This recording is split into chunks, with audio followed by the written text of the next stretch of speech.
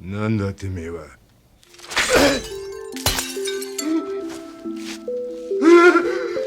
お前とこの親分によく言っとけ。腕のいい浪人を用心棒に雇わねえかってな。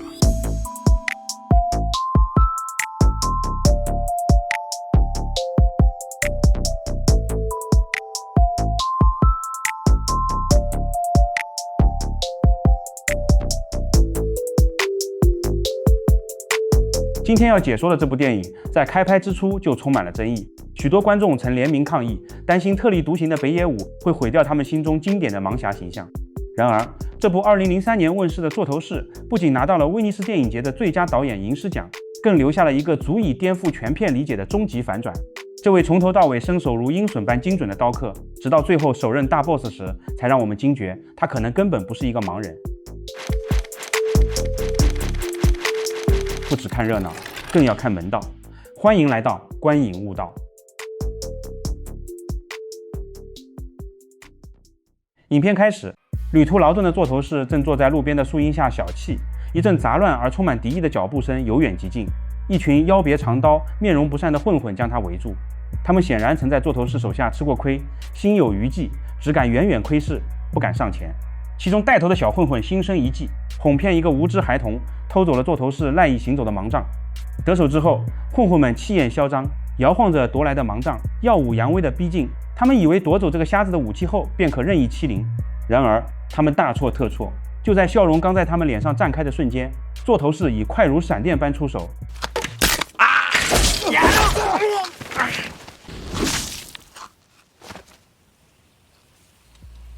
余下的小混混眼见首领顷刻毙命，哪还有再战的勇气，顿时作鸟兽散。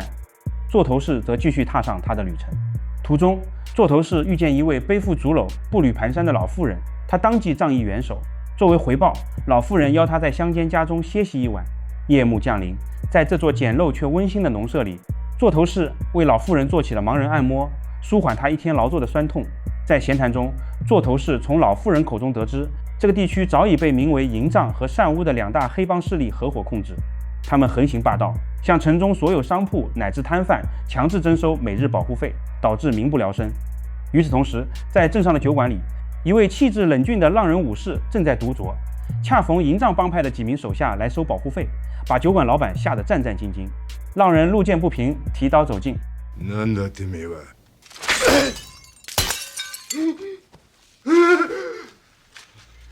这一记漂亮的抽刀斩，瞬间将混混们的嚣张气焰压了下去。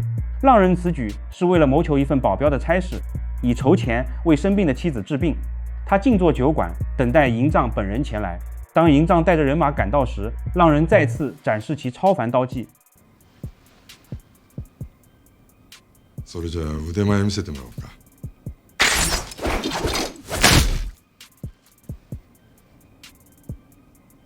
さすがいい腕だ。紐切ったわけじゃねえよ。足元見ろ。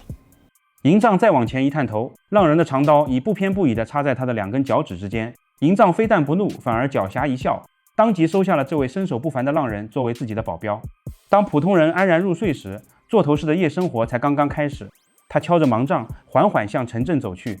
黑夜总是罪恶最好的掩护。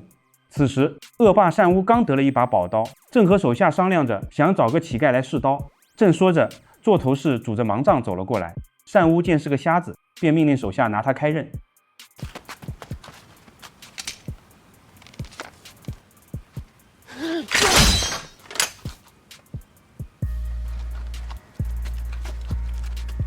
另一边，营帐带着新雇的浪人保镖也在进行他们的试刀，目标是敌对帮派头目乘坐的轿子。浪人拔刀的一瞬间，轿夫被瞬间腰斩，头目从翻倒的轿中滚出，跪地求饶。浪人面无波澜，一刀劈下，鲜血喷溅。随行的侍从吓得魂飞魄散，还没来得及喊救命，就被一刀捅穿。最后一名轿夫转身逃跑，浪人拔出短刀，随手一掷，正中其后心。短短片刻，四人全部丧命。厮杀过后，浪人来到酒馆喝酒，以消解满身杀气。恰在此时，座头市也从赌场赢钱归来，在此饮酒。高手之间自有无形气场，彼此心生感应。酒馆的仆人在为座头市送酒时，不慎碰落盲杖。綺麗な杖ですね。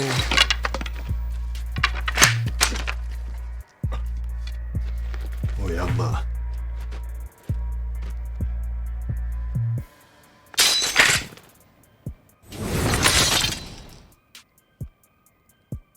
こんな狭いところで刀そんな風に掴んじゃダメだよ。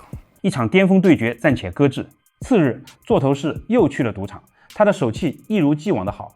一个输得快精光的赌徒辛吉急不可耐地凑到座头市耳边，请求跟着下注。座头市默许了。辛吉的筹码与座头市的压在一起，果然这次赢了。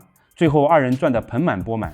得意洋洋的二人寻至艺妓馆外，偷窥其中婀娜多姿的女子。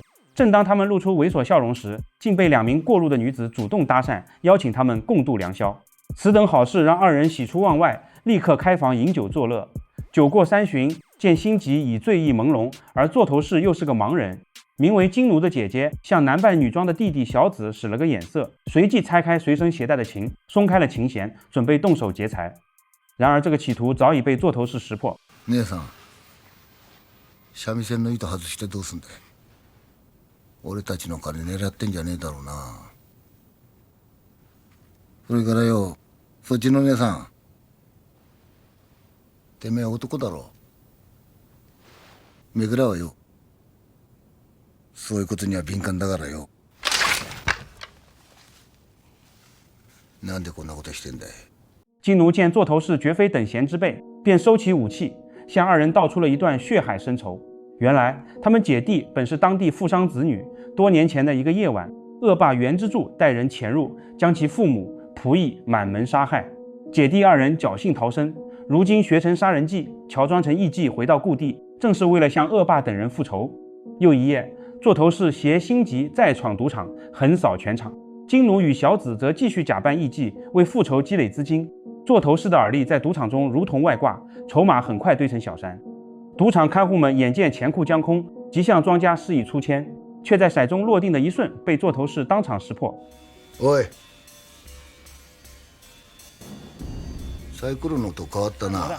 话音未落，唰的一声，庄家的半条胳膊已被座头市斩断，血溅当场，赌客四散而逃。座头市反手斩断灯神，四周顿时一片漆黑。在这黑暗里，他如鱼得水，刀锋所过之处惨叫连连。待月光重现，地上已横七竖八躺满尸体。浪人武士闻讯带手下赶来，只见满地狼藉和一个蜷缩在角落吓得半死的幸存者。浪人立刻想起了那位持杖刀的盲人按摩师，全程搜捕随即展开。辛吉带着座头市悄悄躲进一间偏僻小屋，恰好遇上刚在善屋那献舞险些受辱而逃的金奴姐弟。共同的敌人让4人迅速结成同盟。此时城镇已被帮派层层封锁，大家正发愁怎么脱身。忽然天色大变，电闪雷鸣，下起了暴雨。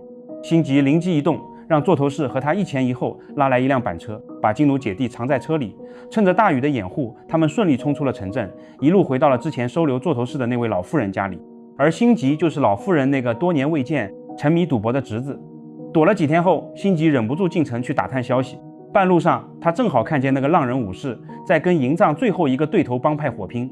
浪人以一敌十，从容不迫，刀光闪过，对手一个接一个倒下，就连对方头目花重金请来的保镖也只挡了2招，就被他一刀砍倒，当场丧命。转眼之间，整个帮派竟被这浪人一人扫平。与此同时，金奴与小子再次来到酒馆，企图通过老板接触善屋。他们曾在之前现役时无意中瞥见善屋手臂上的毒蛇刺青，这与查证的仇人特征相符。然而他们却不知，酒馆老板实则是营帐善屋的同伙，伪装成平民搜集情报，对姐弟2人的身世早已了然于心。他假意传话，引姐弟2人前往善屋居所，同时从他们口中套出了座头市的藏身地点。帮派兵分2路行动，一路去刺杀座头市，一路埋伏姐弟2人。但刺杀的人来晚了一步，座头市已察觉不对，先一步出门寻找姐弟。杀手扑了个空，恼羞成怒，干脆一把火烧了老妇人的草屋。辛吉和老妇人仓皇逃出，眼看家园化为灰烬。面对这些丧心病狂的恶徒，只能暗自悲愤。另一边，金奴和小子在仇人面前强压怒火，奏乐起舞，伺机而动。没想到善屋与营帐提前揭穿2人身份，姐弟2人同时拔刀，然而他们已落入精心布置的陷阱。转眼间伏兵四起，20余名壮汉将2人团团围住。姐弟2人虽奋力搏杀，但终因寡不敌众，被长刀架住，命悬一线。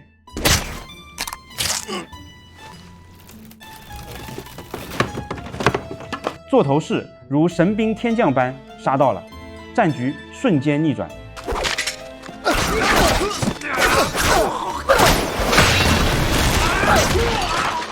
转眼之间，院中的壮汉已全部倒地。营帐见势不对，偷偷逃走。单乌惊慌失措，掏出火枪想要射杀座头市。一名手下想捡枪偷袭，却被座头市一刀钉在地上。座头市收回杖刀，干脆利落地解决了这名手下。随后正反手各一刀，结束了单乌的性命。料理完单乌那边，座头市一刻没停，顺着踪迹追到了海滩，与等候在此的浪人武士展开最终对决。这一次空间足够宽敞，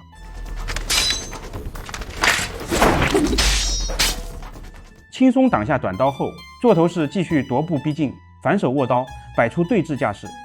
浪人深知反手在近距离更易出刀，于是一样画葫芦。然而就在动手前的一瞬间，座头市突然翻腕，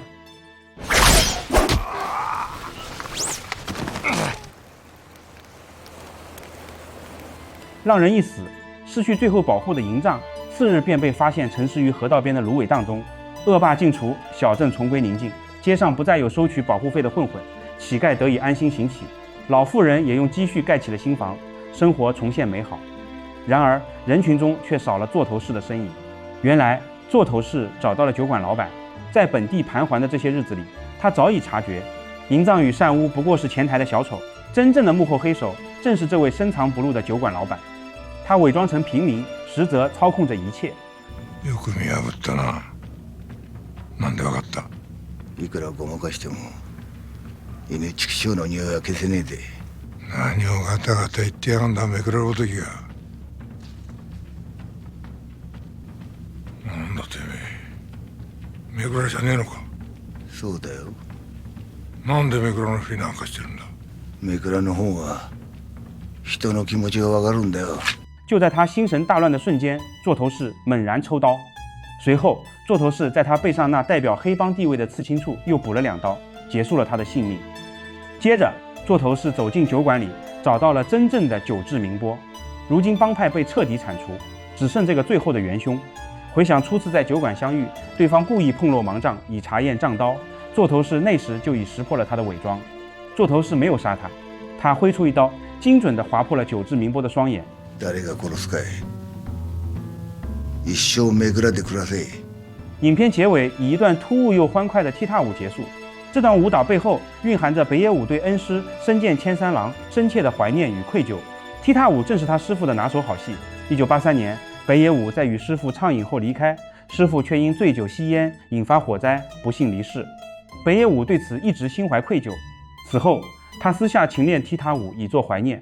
这场舞蹈是他将这份私人情感融入公共创作的大胆尝试，是献给恩师的一曲无声挽歌。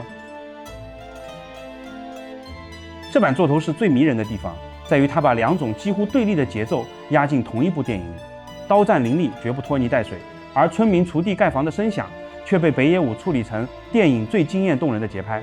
那些原本单调的劳动噪音，仿佛成了土地自身的呼吸，让暴力和生活、残酷和忍耐在同一条生命律动中共振。最耐人寻味的是，主角作为盲者，却比所有明眼人都更看得清世道和人心。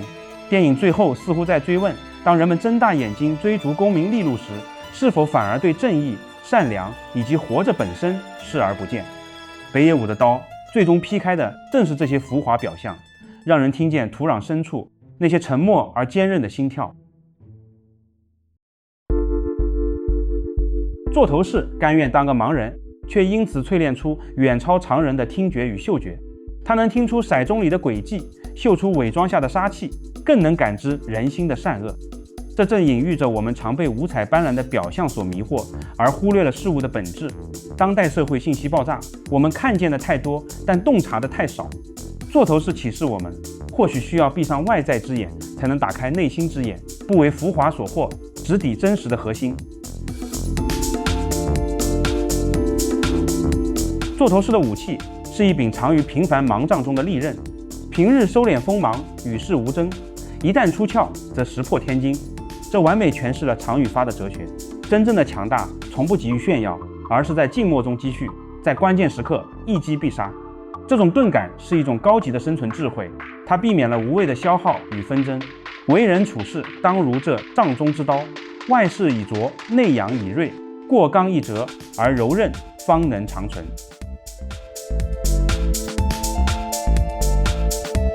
做头饰漫游四方，无欲无求，赌博赢钱只为片刻欢愉，随后便散去。他的人生没有必须得到什么的执念。